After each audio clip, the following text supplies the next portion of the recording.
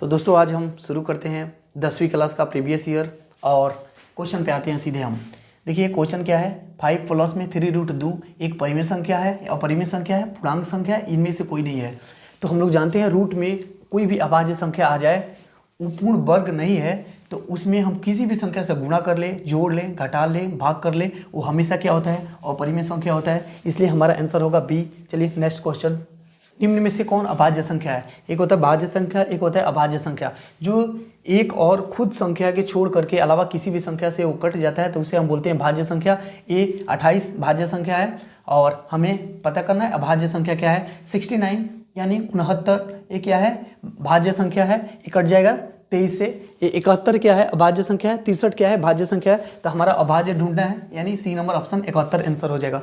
अपरिमेय संख्या नहीं है, कौन सा अपरिमेय संख्या नहीं है, तो ये क्या हो जाएगा, अपरिमेय संख्या हो जाएगा। रूट में 13 अभाज्य संख्या है, रूट के अंदर 13 अभाज्य संख्या है, 7 भी अभाज्य संख्या है, ये दोनों क्या हो जाएगा, अपरिमेय संख्या हो जाएगा। रूट में 25 ये क्या हो जाएगा, एक भाज्य संख्या है, इसका वर्गमूल पूर्ण वर्ग है, इसका वर्गमूल निकल जाएगा, हो जाएगा 5, इसलिए सी नंबर क्या हो जाएगा, आंसर हो जाएगा। रूट 31 भी एक अभाज्य संख्या है। हमको पता करना है अपरिमेय संख्या क्या है, तो ये हो जाएगा सी आंसर।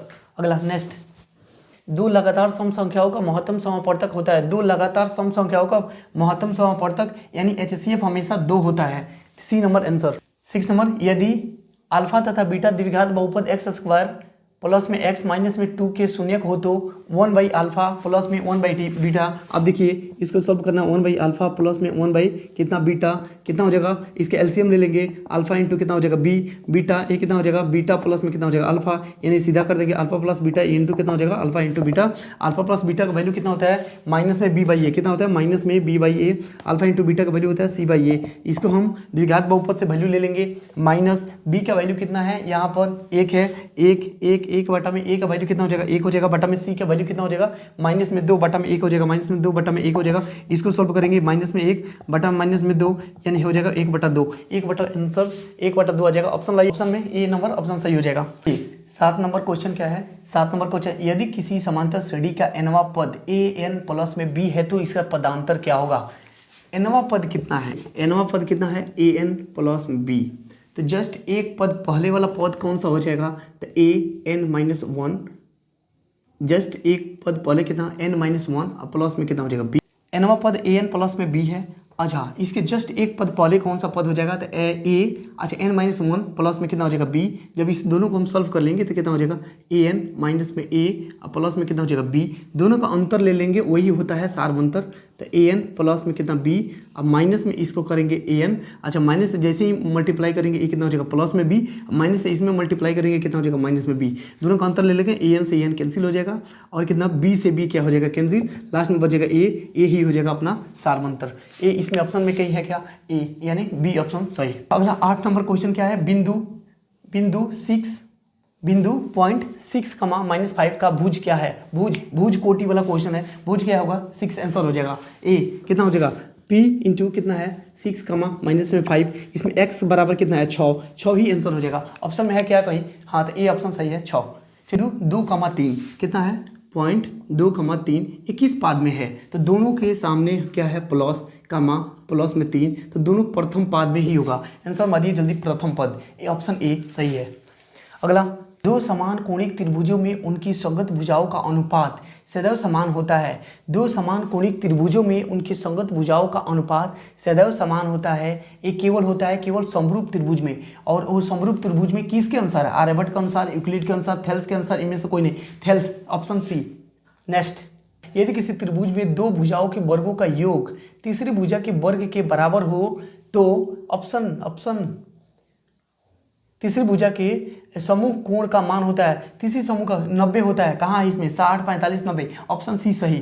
त्रिभुज ABC और DEF तथा BC बराबर 3 सेंटीमीटर, EF बराबर 4 सेंटीमीटर, तो ABC का क्षेत्रफल हो तो DEF का क्षेत्रफल होगा, BC भुजा 3 के रेशियो में है, 3 के रेशियो में, तो वर्गों का होता है, तो इसका वर्ग हो जाएगा 3 का वर्ग कितना हो जाएगा 9, और 9 के बदले कितना दे दिया है 54, कितना दे दिया 54 दे दिया। 9 6 का गुना कितना 6 गुना ज़्यादा है, तो इसका मतलब 4 के बदले EF कितना है 4, तो 4 का वर्ग कितना हो जाएगा 16, 16 छक कितना हो जाएगा 96, 96 इसमें कहीं है क्या 96, 56, 96, बी ऑप्शन सही। वृत्त के अंदर एक दिए हुए बिंदु से वृत्त पर कितनी स्पर्श रेखाएं खींची जा सकती है।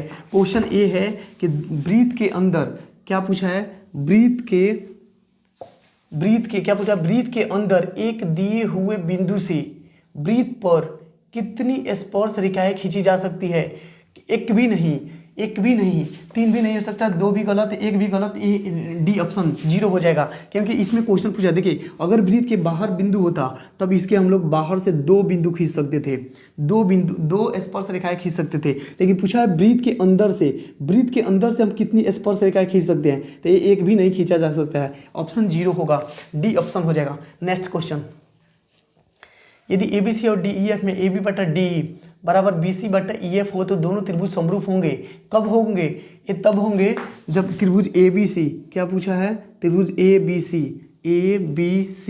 ये समरूप तब होंगे, ABC DEF ये समरूप तब होंगे। AB बटा DE क्या बोला है, AB बटा कितना DE और BC बटा EF यानी AC के सामने वाला कोण और DF के सामने वाला कोण बराबर होगा, कोण B बराबर होगा कोण E के, कोण B बराबर होगा कोण E के।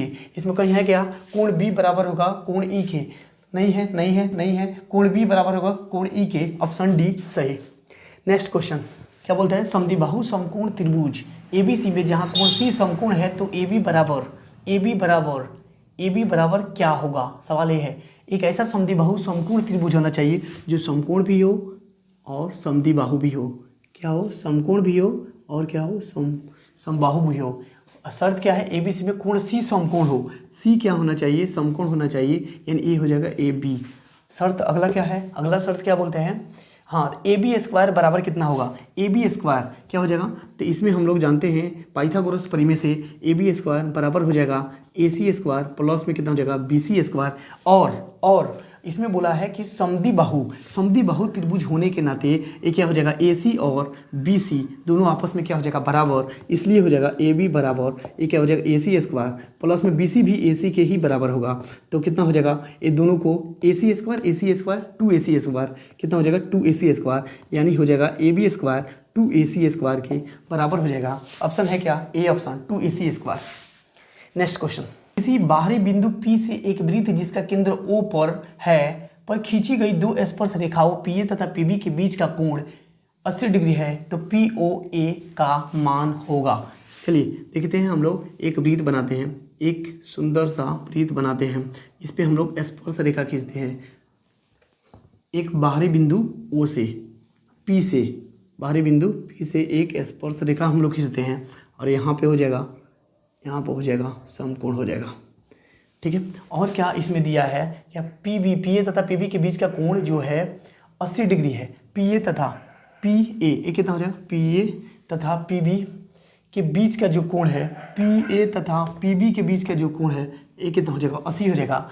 POA ये कितना हो जाएगा, POA कितना हो जाएगा, ये 80 है तो दोनों को मिला करके ये AOP और प्लस में ये जो है APB मिला करके 180 डिग्री होता है, तो 80 घटा देंगे ये कितना हो जाएगा 100 डिग्री हो जाएगा। और 100 एक पूछा है POA ये कितना हो जाएगा, इसके आधा हो जाएगा, यानी कितना हो जाएगा 50 डिग्री ऑप्शन हो जाएगा। ए दिया है 50, 60, 70, 80, ये ऑप्शन हो जाएगा अपना। तो दोस्तों आज के लिए बस इतना ही, मिलते हैं अगले वीडियो में, थैंक यू।